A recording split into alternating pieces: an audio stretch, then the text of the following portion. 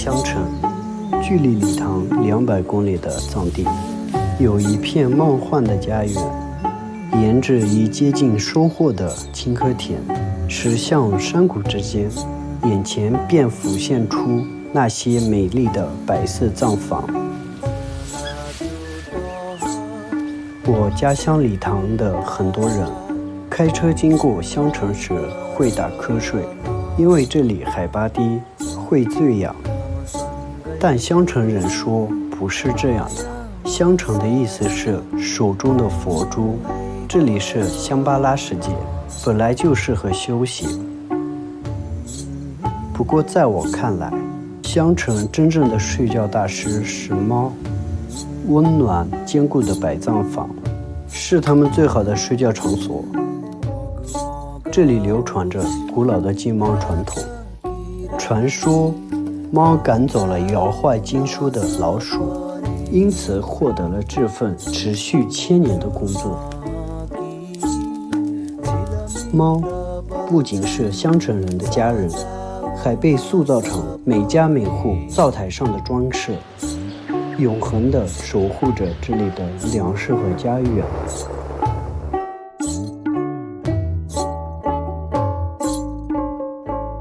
以前我父母说我挖虫草，我不太喜欢努力去挖。比如说今天早上上去的时候，我想今天挖到10根就好了，我挖到这个时候我会休息，然后他们会骂我。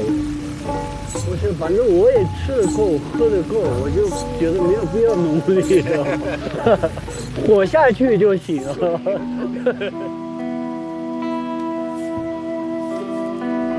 晚上，我们留宿在一座已有300年历史的纳西族与藏族结合风格的土屋里，守护着祖屋的继承人洛荣责任。他说这是他成年后第一次换回藏袍。在老屋里，在传统的灶台前生起火，准备着当地的酥油鸡，等待我们的到来。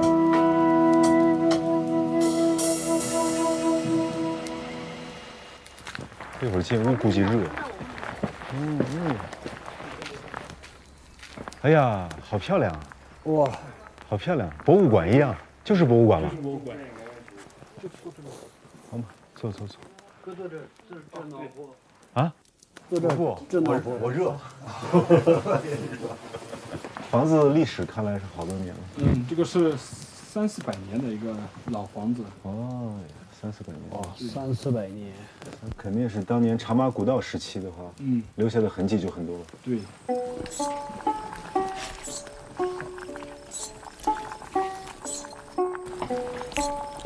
上完学了之后一直在家乡待着呢？可以的话，我是想待。我相信你现在享受的应该是真实的生活，喜不喜欢？说实话。喜欢。哎，跟我说话骗不了我。对，真喜欢家乡。这种平静的是。但放假的时候，我还是挺喜欢冒险。您真喜欢冒险吗？你做过最冒险的事情是啥呢？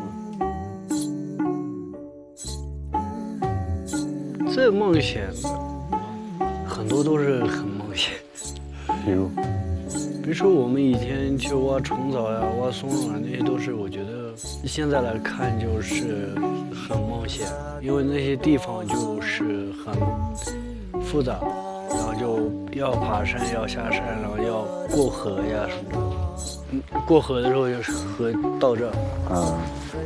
原来你认为这些的话，比选择去尝试当演员要冒险。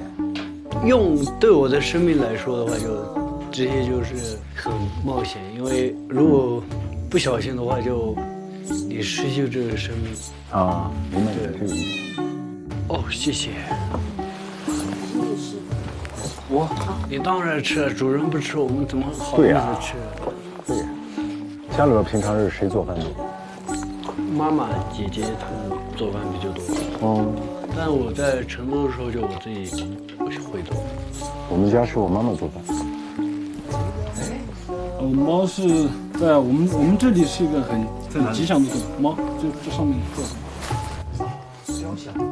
见过造像，但是雕像的话，在家里面可能少见。搁点一个呗，啊，点个所有灯的。有太阳的时候，这里会有光照着。做午饭的时候。嗯。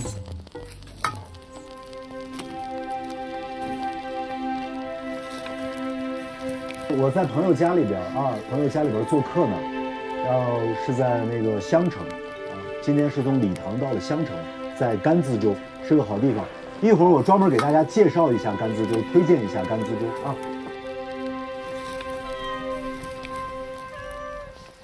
哪怕你是简单装修，工人从本地招募，你可以在1-2个月之内就完成你的基础装修，而且可营业的状态。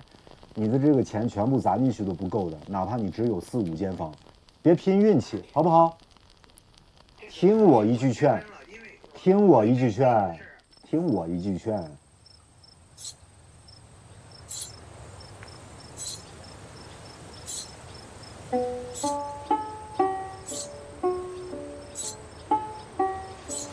哎呀，志伟啊，昨天睡得怎么样？昨天睡得还行吧，但这里海拔低，有高反人的话，就在这个地方睡得很舒服。对，所以我一般做旅游推荐，我说大家先来襄城，这个地方适应一下，再往上走。对，海拔低的话，你睡觉不应该更舒服才对吗？我海拔越高，睡觉越舒服。哎，这是怎么个道理？不知道。适应高海拔。对。海拔低的襄城，青稞已经是一片金黄，人们忙忙碌碌地收割。传说中，香巴拉和我们这个世界有不同的时间，那里的一切都缓慢而永恒。哎，我看家里好像在重新装修吗？弄了一个新的那个民宿。你自己设计吧？我只是把我自己喜欢的东西加上去。你都喜欢啥？我比较喜欢现代和藏式的那个风格混在一起的那种。新藏式。对。回头装修的时候你问我。哥，你怎么理解家呢？家呀，妈妈在的地方就是家呀。